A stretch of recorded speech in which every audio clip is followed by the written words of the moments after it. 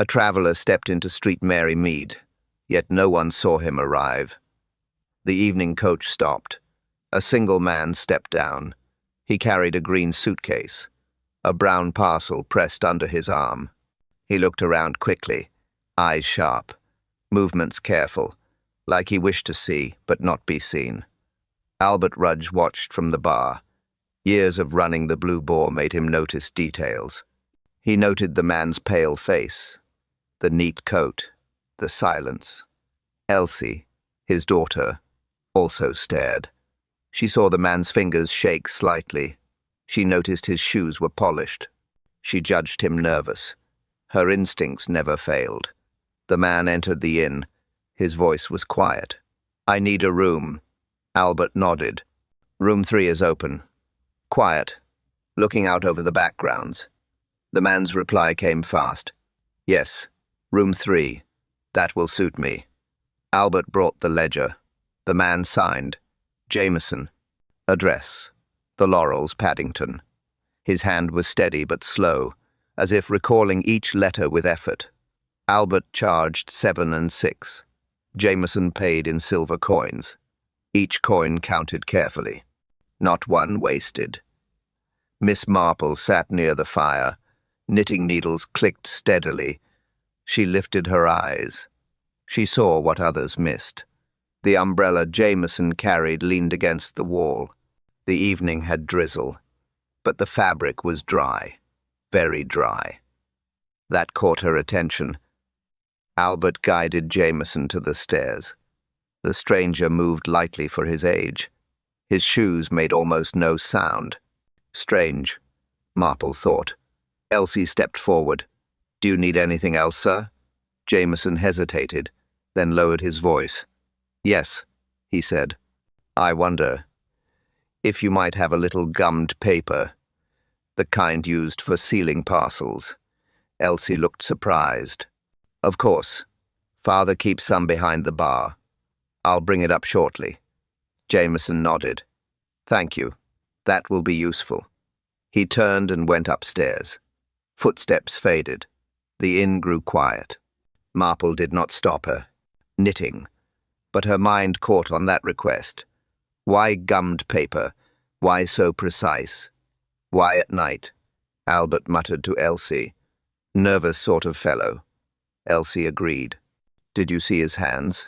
He was shaking. Tom Kemp, the coach driver, entered for his pint. He glanced at the empty chair. Quiet man. Said nothing the whole trip. Kept checking his watch, like he feared being late. Albert shrugged. Some travelers carry their worries with them. Miss Marple kept silent. Her eyes on her needles, her thoughts elsewhere. The dry umbrella, the shaking hands, the request for gummed paper, each detail tucked away. Upstairs a door shut. Room 3. The lock turned. The bolt slid. Below, voices hushed. The fire crackled low. The inn settled for the night. Miss Marple's eyes lifted once more. The sound of the bolt echoed faintly through the wood, and she remembered his last words. "I must have gummed paper," Jameson had whispered. "A locked room is a stage for secrets." Jameson came down after unpacking. His steps were light, his suit dark, hair combed flat. He spoke softly. "I would like some supper." Elsie served him. He barely ate. He moved food around his plate. He asked again, "Do you still have gummed paper? More than before?" Elsie nodded. "Yes, sir. Father keeps plenty." He hesitated. "And a hot water bottle, if you please, for drafts." Elsie wrote it down. "Of course." His voice dropped lower. "A candle also, if the electric fails." Albert raised his brow. "Unreliable wires, eh?" Jameson forced a smile. "Yes, I like certainty." Miss Marple sat still. Her needles clicked. She glanced up. Jameson's hands trembled again. Not from cold, from nerves. Albert leaned toward Elsie. "He worries too much." Elsie whispered back. "Or hides too much." Jameson folded a paper sheet. He wrote a note. his letters neat. He sealed the envelope. He asked Albert, "Where?" "Is the post box," Albert pointed outside. "Across the green. Last collection at 9. Jameson checked his watch. "Enough time." He left. Marple watched through the window. His small figure crossed the stones. His pace was stiff, like a man doing a duty. When he returned, he asked again, "More paper, if you please." The window whistles. Elsie answered quickly, "I'll bring it." He climbed the stairs. A door clicked shut. Room 3 closed. Elsie later carried the hot water bottle. She paused outside. She heard something strange. Not coughing. Not moving furniture. A fizzing sound. Soft. Like soda poured into glass. She frowned. She knocked. "Hot water, sir." The door opened slightly. Jameson's face pale. He took the bottle quickly. "Thank you. Leave the rest." The door shut again. Elsie went down. She told Albert. "Odd noise in his room." Albert shrugged. "He's a fussy one. Don't let it bother you." But Miss Marple heard it too. Elsie's words reached her. Fizzing sound. Important. She made a mental note. The parlor grew empty. Mavis left with her drawings. Tom Kemp drained his pint and went home. Only Marple stayed. Her needles moved. Her eyes lifted to the ceiling. At 11, faint creaks came.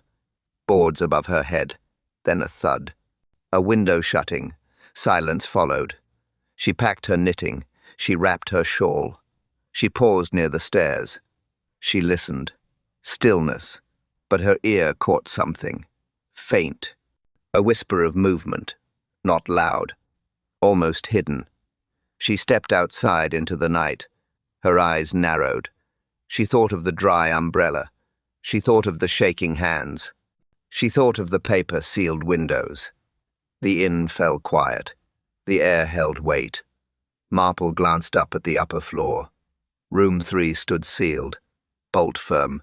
She stopped walking. A single sound drifted down, barely heard, like fabric brushing wood. Miss Marple froze. There was movement above her. At midnight. By morning, silence was heavier than breath. Albert climbed the stairs, a tray of tea in his hands. It was his habit. The clock struck 7:45. He knocked firmly. "Morning tea, Mr. Jameson." Silence. He knocked again. "Your tea, sir." No reply. He frowned. He tried the handle. It held firm, bolted from inside. Albert called down. "Elsie, come up." She came quickly, her apron still white with flour. She knocked gently. "Mr. Jameson, are you well?" Still silence. Elsie's face tightened. "Something is wrong." Albert set down the tray. He called, "Tom." The coach driver hurried up. "What is it?" Albert explained. "Door fast." No answer. Tom studied the door. "Bolt inside. Keyhole empty. We'll break it." Albert nodded. On 3. They pushed hard. The wood groaned. The bolt strained. On the second shove, it cracked. The door burst open. They froze. Jameson lay near the bed, on the floor, his body curled, his face blue, tinged. Elsie gasped. Albert stepped back. Tom muttered, "Good Lord." The windows were sealed with tape, brown strips tight against the frames, the air thick, strange, unnatural. Albert whispered, "He must have trapped himself." Elsie shook her head, her eyes wide. The candle burned out, the fire dead, all closed. Tom pointed under the bed. The green suitcase sat there, its edges frosted. Cold mist clung to the leather. Albert stepped forward. He touched it. He yanked his hand back. Frozen. Elsie's voice trembled. "How?" "It's not winter." Albert swallowed. "We need the doctor." And slack. Tom ran down the stairs. Word spread fast. Villagers gathered. Murmurs filled the inn. By 9, Inspector Slack arrived. Heavy boots, notebook in hand, his face serious. Dr. Haydock followed. He bent over the body. No wounds, no poison signs. He checked the skin. Blue tint, asphyxiation, no violence. Slack nodded. Sealed windows, foolish man. He smothered himself. Miss Marple slipped inside. She said nothing. Her eyes studied. The bolt broken. The tape too neat. The suitcase rimmed with ice. She noticed the key. It sat on the table. Easy to see. Easy to reach. Elsie whispered to her, "Miss Marple, last night I heard it. A fizzing sound." Marple nodded once, her eyes sharp. Dr. Haydock stood. Natural. Suffocation. Likely heart strain, too. Slack wrote notes. Case clear. But Miss Marple paused near the washstand. She touched the water jug. Condensation pearls clung to the glass. Too much for morning. She frowned. Then her eye caught something else. A folded slip beneath the pillow. She pulled it halfway. It bore writing. But it was not Jameson's hand. Different ink, different style. Elsie whispered, "What is that?" Marple folded it back. Later, Albert's voice shook. "Inspector, what will you say?" Slack raised his chin. He spoke firmly. "Natural causes," Inspector Slack declared. Marple's eyes caught what others ignored. The room was busy. Slack wrote in his notebook. Dr. Haydock packed his bag. Albert stood near the door. Elsie hovered at the corner. Miss Marple moved quietly. She looked at the window. The tape sealed every edge, but the left strip looked wrong. It overlapped twice. The gum showed faint double lines. Someone had lifted it, then pressed it again. She bent near the jug. Water beaded on the glass, tiny pearls of condensation, far more than morning dew. Her eyes narrowed. The air had been altered. She turned to the bed. Her hand brushed the suitcase. Cold. Too cold for a leather case. Her fingers stung from the touch. Slack noticed her pause. "Don't waste time, Miss Marple." He tapped his notes. "Sealed windows. Bad heart. Fool's death. That's all." She did not reply. Her eyes returned to the table. The key lay untouched. No. Forced entry. No tampering. Yet the details screamed false. Elsie leaned close to her. Her whisper was quick. "I heard it again, Miss Marple. Last night. Before he died. A fizzing sound. Like soda." Marple nodded slowly, her knitting bag still in hand. She whispered back, "That sound matters. More than anyone here understands." Albert frowned at them both. "Elsie, stop this. It's nothing. He was a nervous man. He made noises. That's all." Elsie bit her lip. "No, Father. I heard it. It wasn't coal. It wasn't medicine." Slack stepped forward. "Enough nonsense." The doctor gave his verdict. "I'll write it down as natural causes. Nothing criminal here." Marple looked at him calmly. "Natural, you say? Yet his suitcase holds frost." Slack snorted. "Rooms get damp. Leather cracks. No mystery there." Marple's eyes fixed on him. "And the tape? The double line?" Slack waved a hand. "Old tape peels. Someone pressed it back. Trivial." Her face stayed still, her voice quiet. "Trivial details solve serious puzzles." Haydock shook his head. "Jane," the man suffocated himself. "Strange, yes, but not criminal. My science tells me that much." Marple said no more. She touched her needles inside her bag. She thought of the umbrella. She thought of the coin payment. She thought of the hidden slip under the pillow. The others moved out. Albert followed Slack. Elsie stayed a moment, her voice soft. "You believe me, don't you?" Marple looked at her. Her answer came steady. "Yes, child, I do." The girl shivered. Then what killed him? Marple's eyes stayed on the suitcase. Her voice dropped. He was killed with knowledge, not with force. Elsie's breath caught. Then it was murder. Marple's lips pressed thin. Her whisper was final. This was no accident, she said. Frost in November indoors. Impossible unless it was murder. Miss Marple returned to the room. The others had gone. Only silence remained. She bent near the bed. The suitcase waited there. Edges white. Frost along the leather rim. Her finger touched it. She pulled back quickly. The cold burned her skin. She opened it slightly. The lining damp. The fabric icy. Not normal. Not possible. She whispered to herself. Dry ice. Her eyes sharpened. She remembered Elsie's words. A fizzing sound. Yes, that matched. The jug of water on the washstand. She dipped a finger inside.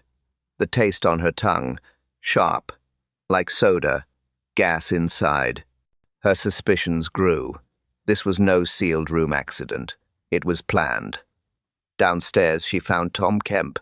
He sat with his pint, his hands rough from work. She joined him quietly. Tom, she said, you work in Benham cold storage, don't you?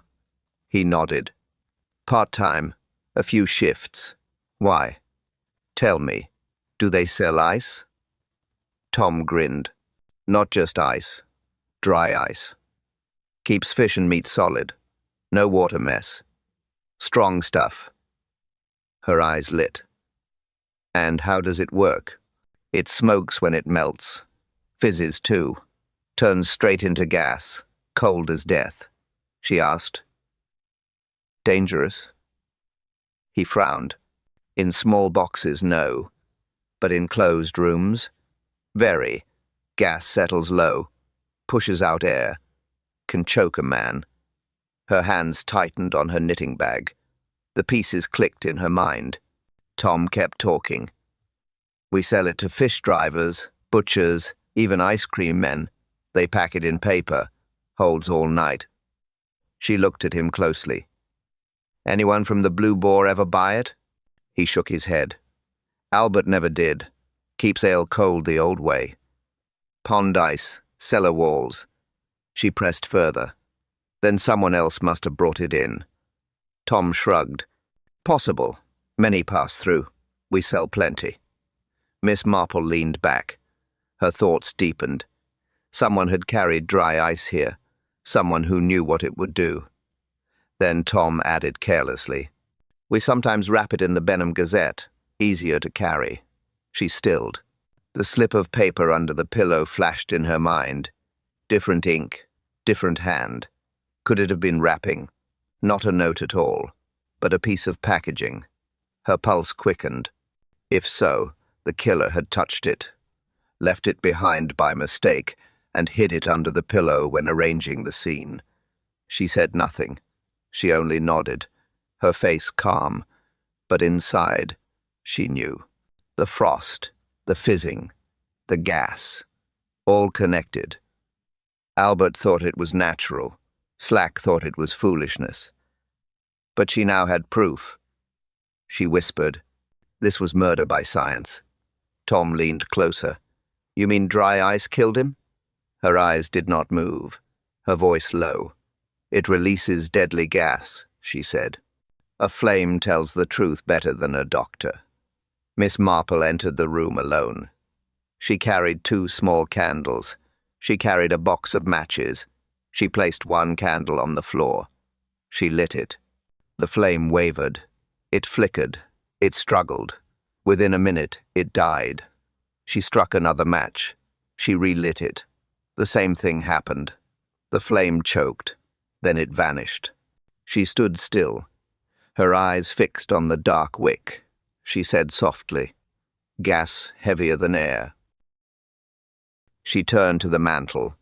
She set the second candle there. She lit it. The flame burned steady, clear, strong, untroubled. Her head tilted. The difference is exact. She tested again. One candle on the chair. The flame lasted longer, but it guttered. It trembled, then failed. She nodded once. Levels of air. Death sitting low. Life floating higher. She bent and touched the floor. Her hand brushed the boards. Something faint marked the wood. A pale line, almost invisible. She rubbed it with her fingertip. It felt strange. Not damp. Not dust. Something else. She lifted her finger. The mark clung faintly. She whispered, "A tide mark." The line stretched across the boards, right beneath the bed, exactly where Jameson had fallen. Her thoughts sharpened. He had tried to crawl. He had sunk into the gas. He had suffocated there. She struck another match. She lowered it close to the line. The tiny flame shook violently, then snapped out. She whispered again, "Carbon dioxide. Proof in plain sight." The door creaked. Elsie peeked in, her eyes wide. "What are you doing, Miss Marple?" Marple straightened, showing what the doctor missed. Elsie stepped closer. She stared at the floor. She saw the pale mark. She whispered back, "What is it?" Marple answered flatly, "The edge of death." Elsie shuddered. Her hands gripped her apron. Then he really was murdered. Marple's reply was calm. "Yes." And the killer thought no one would see. Elsie's lips trembled. She glanced at the door. Her voice cracked. "Father says it was his own fault. He says leave it." Marple's eyes narrowed. "And what do you say?" Elsie hesitated. "I say he was frightened. I saw it in his eyes. He knew something would happen." Marple stepped past her. She spoke low. "The truth is written here, not in words, in marks, in silence, in gas," Elsie whispered. "Will you tell the inspector?" Marple shook her head. "Not yet. He won't believe. Not without more." Elsie swallowed hard. Her voice shook. "Then what now?" Marple pointed to the tide mark. Her answer came sharp. "Now I follow the gas," she said. "A ticket to nowhere." Inspector Slack stood at the table. He lifted a small slip. "A railway ticket. Paddington to Street Mary Mead. Unused." He held it up. "Proof enough," he said. "He came by train." Miss Marple leaned forward, her eyes steady. "Unused, Inspector. It was never clipped." Slack frowned. He must have bought it, then changed his mind. He tossed it down. Details don't matter, but details mattered to her, every time. She picked it up. The edges crisp, no crease, no pocket wear. Fresh, she whispered. Brand new. Albert spoke nervously. "He did arrive, Inspector. Tom brought him on the coach." Tom shook his head quickly. "Number not him. I remember every passenger last night. That man wasn't on my coach." Slack turned on him. "You're certain?" "Certain," Tom said. "He didn't ride with me." Elsie's face paled. "But he walked in from the square. We all saw it." Tom repeated firmly, "He wasn't on my coach." Slack cursed under his breath. "So he came another way. A friend gave him a lift. Or he walked from the station." Marple spoke quietly. "The station is 5 miles. No man with polished shoes and a dry umbrella walked that far in drizzle." Slack waved a hand. "You invent puzzles, Miss Marple." She placed the ticket flat, her voice soft but sharp. "The ticket was a prop. He showed it if asked, but he never used it." Dr. Haydock muttered. "Then how did he come here?" Marple's eyes moved to the suitcase. Her thoughts linked quickly. Not by train, not by coach. Something else. Tom suddenly remembered. "Wait. Yesterday I saw a car at the crossroads. Black. Idle for a while. Then gone." Slack scoffed. "Plenty of cars on the road." Marple's fingers tapped her knitting bag. "A car explains dry shoes. A car explains no ticket marks. And a car brings another thought." Elsie whispered. "What thought?" Marple looked at her. If he arrived by car, someone brought him. Someone who wished no record. Albert muttered. Then why the ticket? Marple answered calmly. To fool us. To make it seem he travelled alone. Slack grunted. Even if true, so what? He's dead. That ends it. Marple's eyes sharpened. Or it begins it. Then she added something else. A twist that made everyone stare. She slid the ticket across the table. Look closely. The date is tomorrow. Not yesterday. Elsie gasped. Albert's face drained. Tom swore under his breath. Slack grabbed it. He read it twice. He muttered, Impossible. Marple's voice cut through. Not impossible. Deliberate. He carried a future ticket. He never meant to use it. Haydock frowned. Then why buy it at all? Marple answered slowly. Because the killer needed us to believe he travelled here by train. But the victim never did. Her words fell sharp in the quiet. The victim never came by coach, she said. Names lie more easily than faces. Miss Marple sat at the bar table. The ledger lay open. She turned a page slowly. Albert leaned over. What are you looking for? She pointed at the guest's name. Jameson. The ink still fresh, the hand uneven. Her eyes dropped to Albert's entries. Same page. Earlier lines. Different style. Different pressure. She spoke softly. This writing is forced. He shaped it with care. But it is not his normal hand. Albert frowned. You mean he lied? She looked at him. I mean he wrote a name that was not his own. Elsie whispered. Then who was he? Marple did not answer. Not yet. Her eyes moved lower. The address. The Laurels. Paddington. She traced each letter. Her lips pressed thin. Paddington has no laurels, she said. I checked the directories 2 years ago. I remember. Slack snorted. You expect us to believe you recall every house in London? Her needles clicked once. I recall what others forget. There is no such address. The room fell quiet. Slack shifted uneasily. He muttered, All right. If false, what of it? Marple looked at the floor. Her gaze rested on the shoes near the body. Polished leather. Fine work. But the stitching thick. The sole uneven. She said sharply.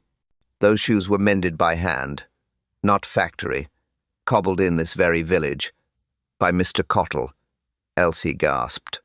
That's true. I saw that patching months ago. A man came in wearing them. Father, don't you remember? Albert avoided her eyes. He said nothing. Marple pressed further. And the umbrella. Carried in. Bone dry. A storm outside. Yet no mark. No smell of wet. It had not been used that night. It had been stored. Brought out to complete a disguise. Slack shook his head. You make riddles out of scraps. Her eyes fixed on him. Scraps tell truth. His name false. His address false. His umbrella false. His shoes local. So where did he come from, Inspector? Slack stayed silent. Marple folded her hands. Her voice quiet. This man was not Jameson. He was known here. He lived here once. He blackmailed. He threatened. And he returned. Albert muttered low. Nonsense. Just a traveller. Marple's eyes sharpened. Number. His true name was Blake. He preyed on secrets. And he died because he pushed too far. Elsie clutched her apron. Her face drained white. She stammered. Blake, are you certain? Marple nodded once. Certain. Elsie gasped. Her hand flew to her mouth. Her voice cracked. Blake, she whispered. It was Blake. The dead man carried debts of silence. Miss Marple spoke clearly. Blake returned for money. He was a blackmailer. The room froze. Elsie's face, drained. Her lips trembled. Albert growled. Careful, Miss Marple. That's a heavy charge. She ignored him. She looked straight at Elsie. You knew him. Elsie shook her head. Her hands twisted. Her voice cracked. I met him once, years ago. Marple pressed gently. He asked for money. Elsie's eyes filled.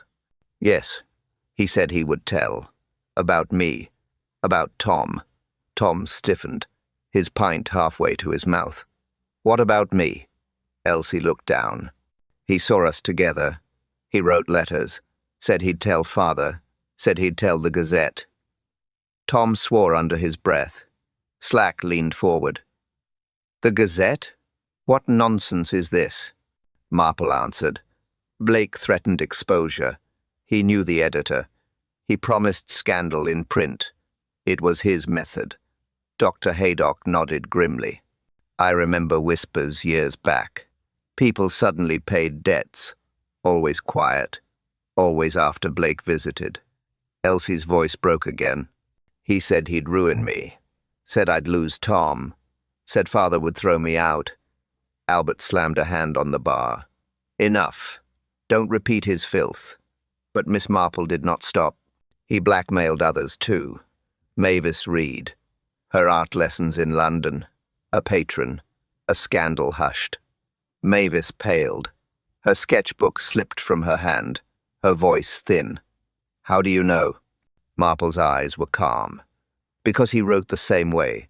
Small, neat letters, each with threats, each with demands, always signed with nothing but an initial.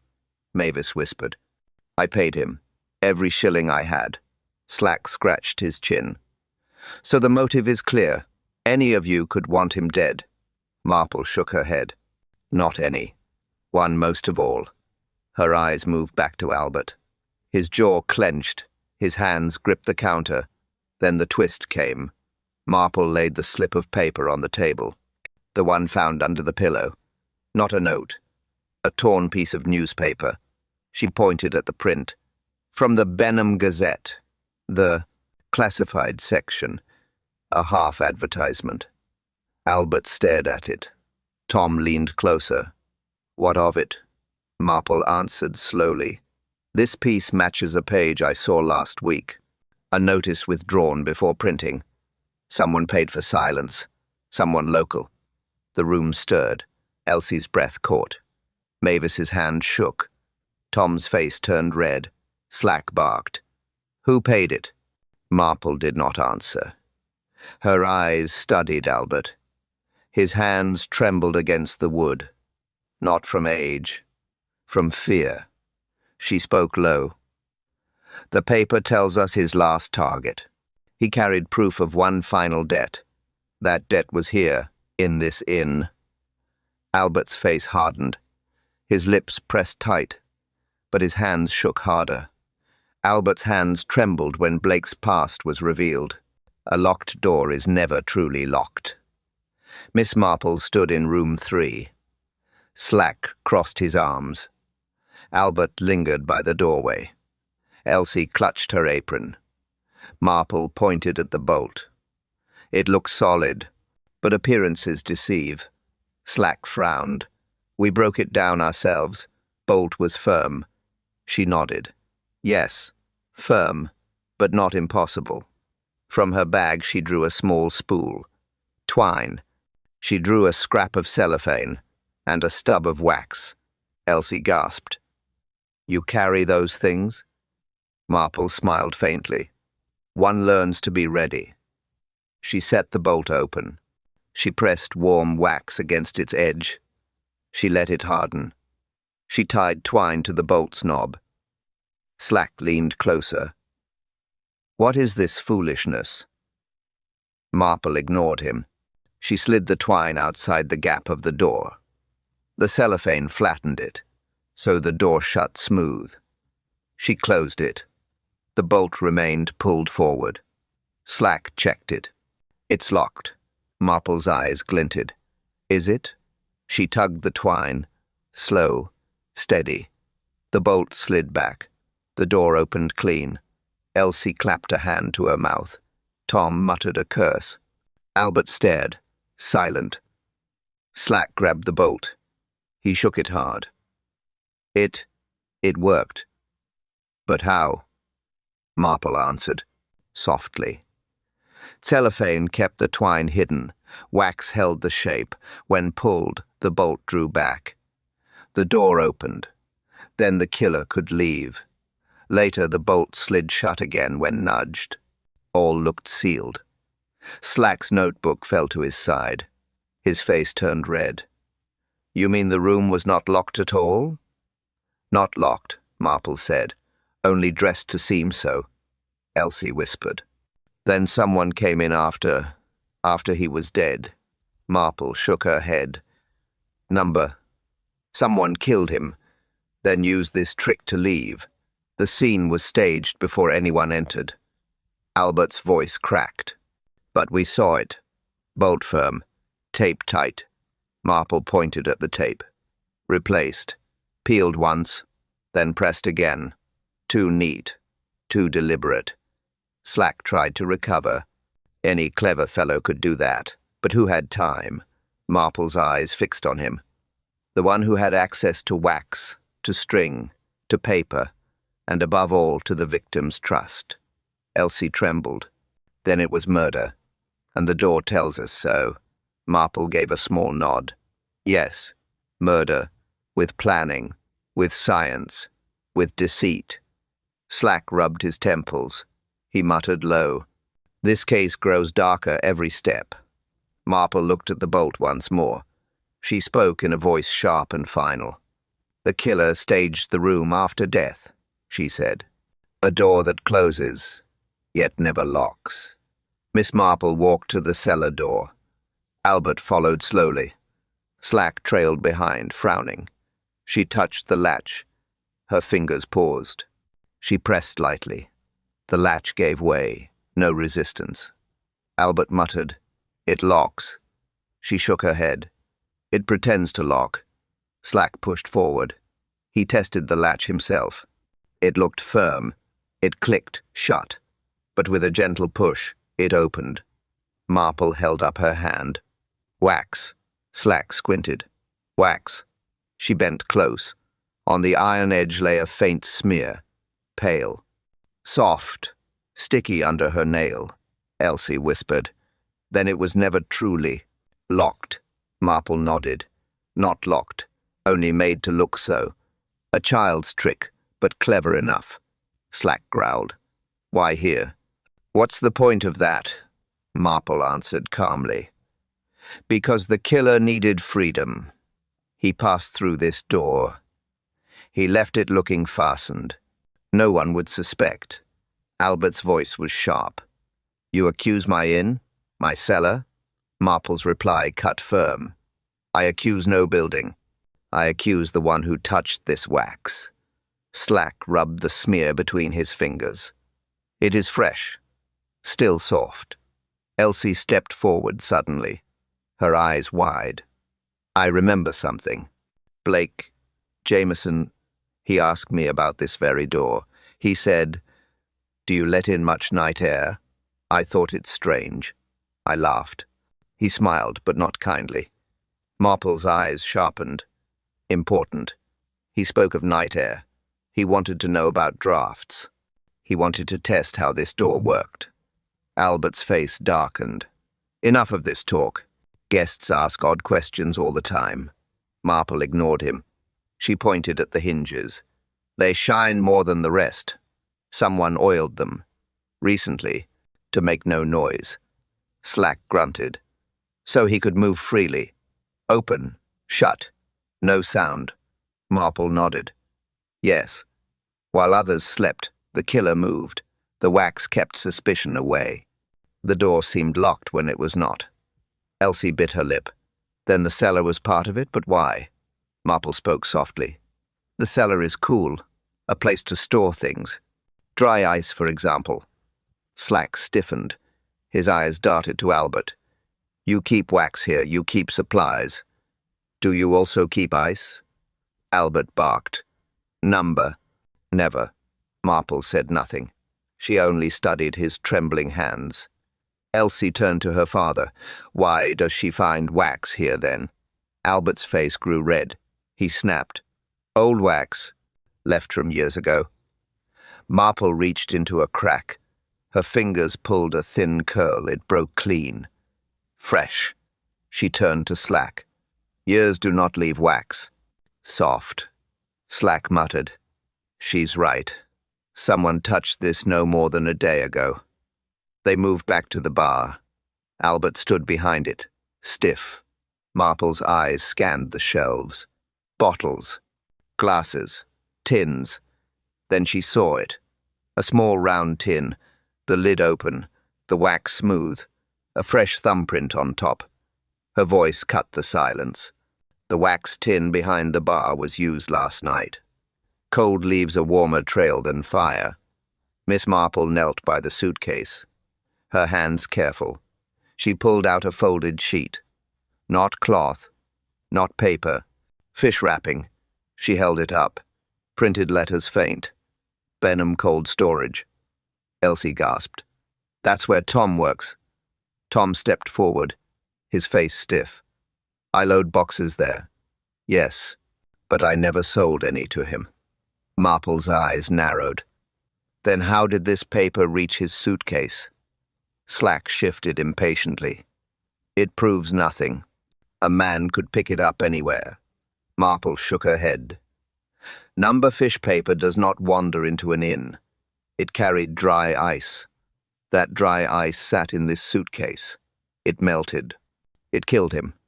She spread the paper flat, water marks across its folds, edges frosted white. Dr. Haydock bent low.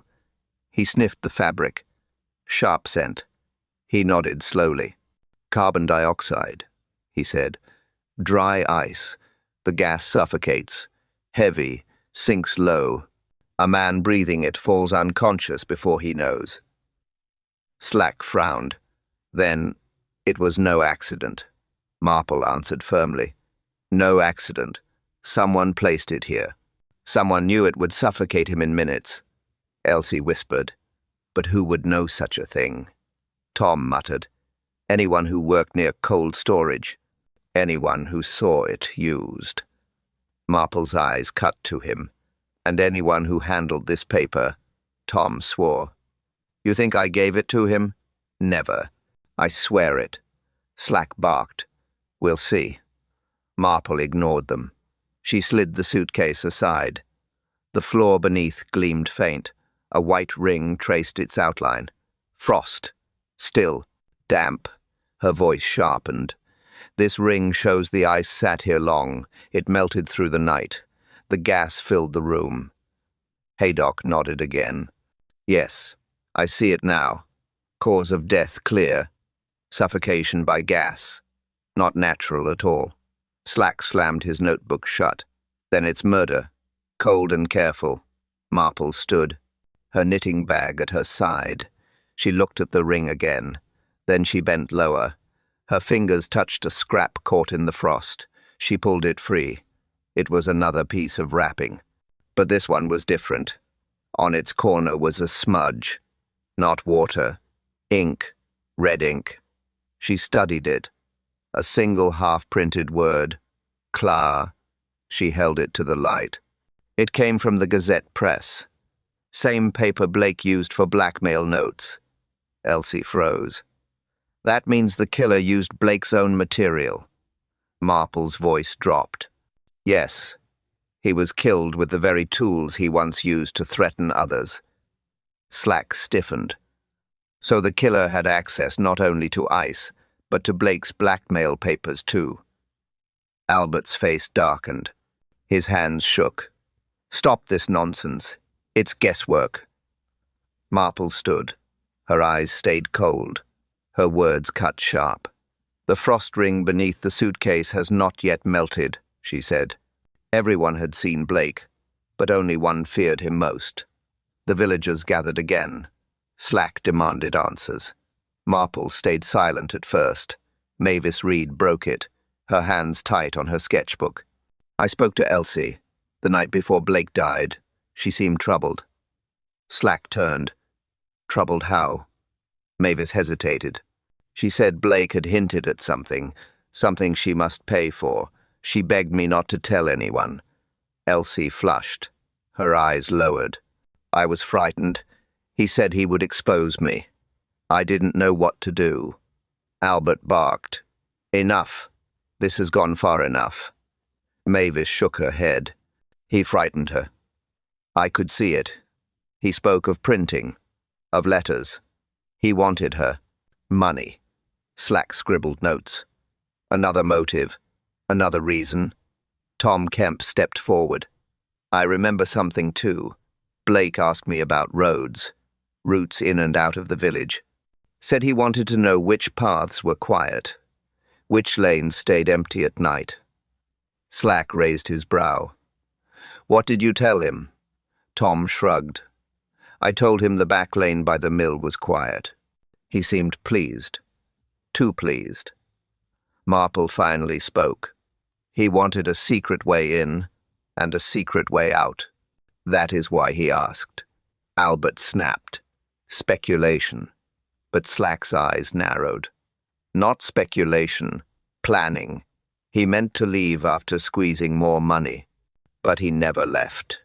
Marple's knitting needles clicked. Her gaze shifted to Albert. He never left. But he died here, in this inn, surrounded by people he once threatened. Albert's jaw tightened. And you mean what by that? Marple answered slowly. Blake had many victims, but one feared him most. Elsie whispered. Father. Albert turned sharply.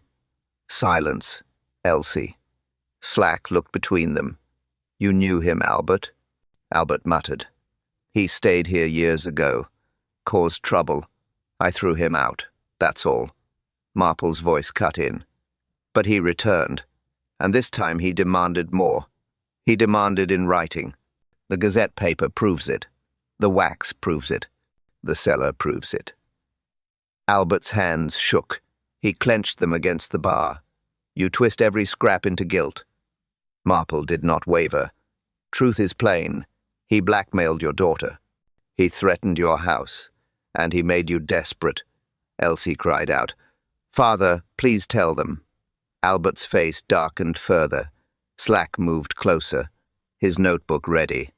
Marple's voice dropped low. The suitcase proves murder. The frost proves gas. The wax proves staging. And the blackmail proves motive. Silence held, all eyes on Albert, his breath heavy, his fists trembling.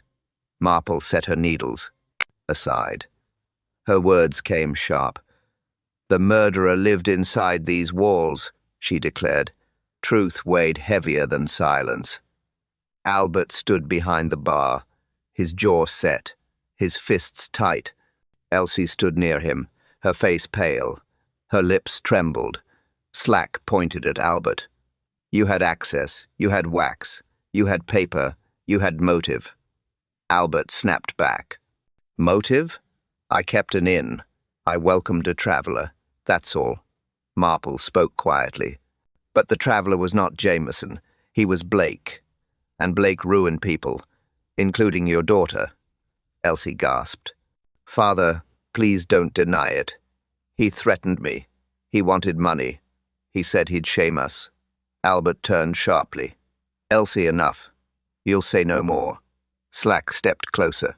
You fear exposure. That's clear enough. Albert glared at him.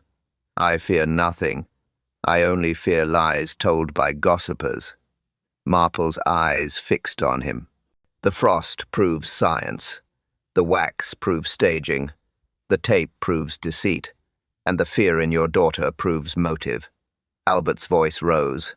You twist small things into crimes. You want a murderer because you love puzzles. Elsie cried out.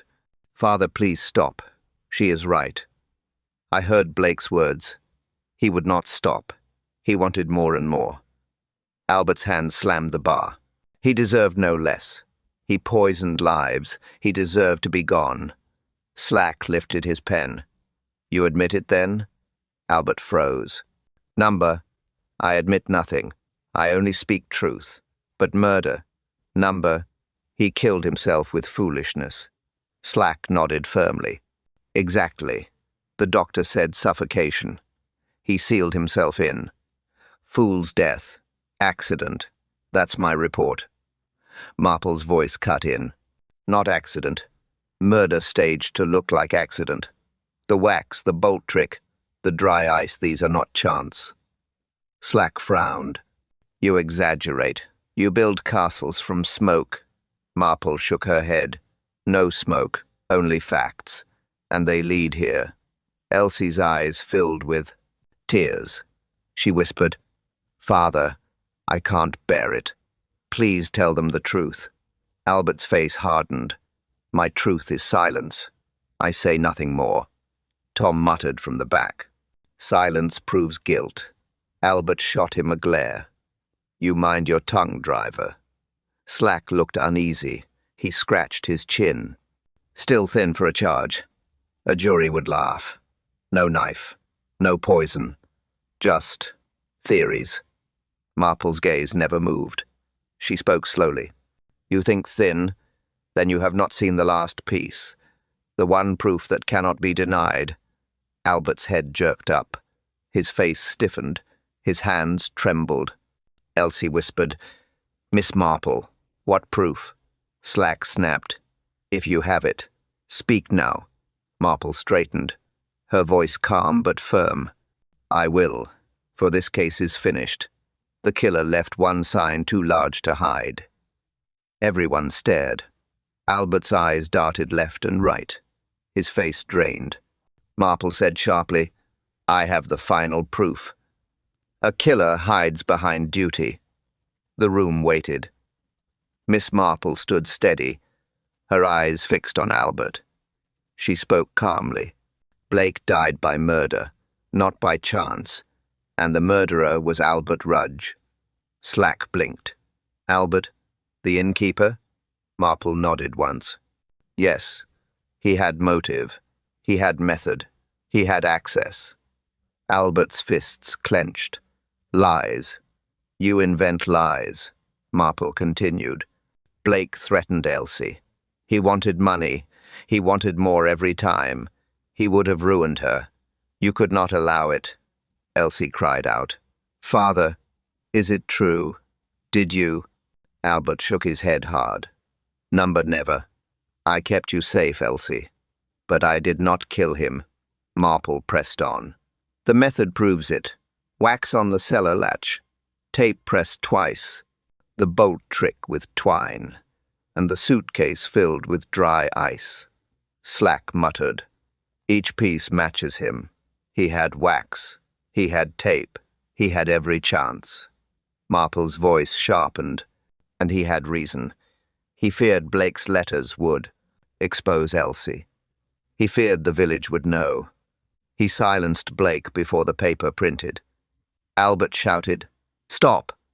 But Marple did not stop. You carried the dry ice up. You staged the locked room. You thought no one would see the frost, but you left marks. You always leave marks. Elsie covered her face. Tears ran, her voice weak.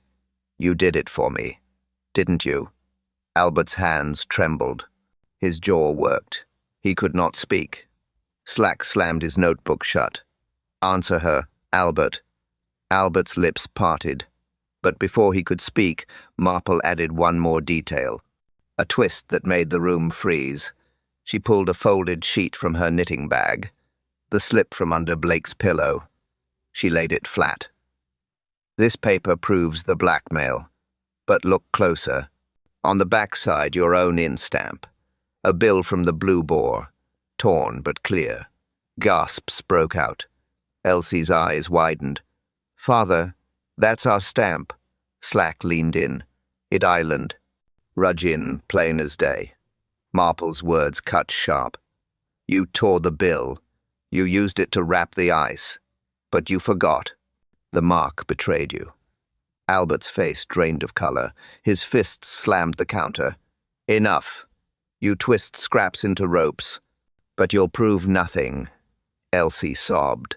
Tom muttered under his breath. Mavis backed away, eyes wide. Slack stepped closer. Looks like she proved plenty.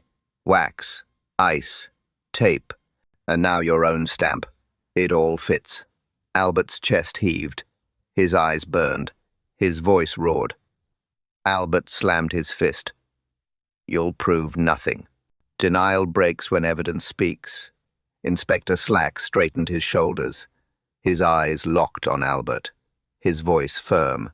Albert Rudge, you are under suspicion of murder. Albert's fists still trembled. He glared at Marple. She spins fancies. Nothing more. Slack shook his head. Too many proofs. The wax. The boat trick. The ice. And now the in-zone stamp. You can't argue them all. 2 away. Albert's lips pressed thin. His eyes darted toward Elsie. She sobbed into her apron. Father, why didn't you tell me? Why didn't you trust me? He looked at her, pained. I wanted to protect you. That's all. Marple spoke gently. You tried to protect her, yes, but by killing him, you destroyed yourself. Slack pulled out his cuffs. Albert Rudge, you will come with me. The townsfolk muttered. Tom shook his head. Mavis whispered to Dr. Haydock. He seemed so ordinary. Who would think? Albert's jaw tightened. I'll not go like a thief. Slack's voice rose. You'll go as a man charged with murder. Quietly or not, you'll come. He seized Albert's arm. Albert pulled back once, but the grip held. The cuffs snapped shut. Elsie cried out, Stop, don't take him. Please. Marple turned to her, her tone steady. It must be done. The law demands it. Albert's face crumpled for a moment, then hardened again. He blackmailed us all. He ruined lives. Why should I suffer when he deserved his end? Slack dragged him toward the door. You'll answer that before a judge. The villagers parted, eyes wide. Voices hushed. Elsie clung to her chair. Her shoulders shook. I never wanted this. Never. Tom muttered. Better him than us. Mavis crossed herself quietly. Dr. Haydock sighed. Justice never tastes sweet. Albert struggled once more, but Slack pulled him firmly through. The door shut hard behind them. Silence fell. Only Elsie's sobs broke it. She buried her face in her hands. Her voice muffled. What will become of us? Marple sat beside her, her hand light on the girl's arm. Time will heal, child. Truth is harsh, but it frees. Elsie whispered. But it wasn't all truth, was it? He said Blake deserved it. He said Blake forced it. Was he right? Marple's eyes dropped. Her knitting bag rested at her feet, her needle still. She spoke, softly. No one deserves murder, yet Blake invited it. That is his curse. The villagers exchanged uneasy glances. None spoke further. The weight lingered.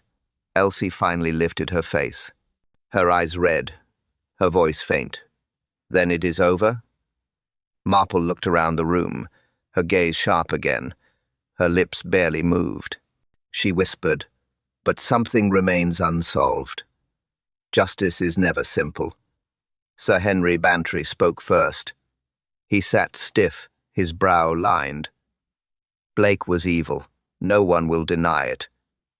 Reverend Clement nodded. Evil, yes, yet still a man. Now gone. And Albert too ruined. Dr. Haydock sighed. Albert's act was crime. But his cause, to save his daughter, one cannot ignore it. Bantry's voice grew sharp. He crossed the line. He took the law into his own hands. Clement murmured, and Blake tempted him there. Sin invites sin. Elsie sat silent, her hands folded tight, her eyes red from weeping. I brought it. Blake trapped me. My shame, my weakness. Father only tried to shield me. Marple's eyes rested on her. You were not the cause. Blake preyed on fear. He always did. Father chose his own path. Elsie's voice cracked. Then I bear no guilt? Marple answered softly. You bear sorrow, not guilt. Mavis spoke low. He ruined me too. Took money I had saved.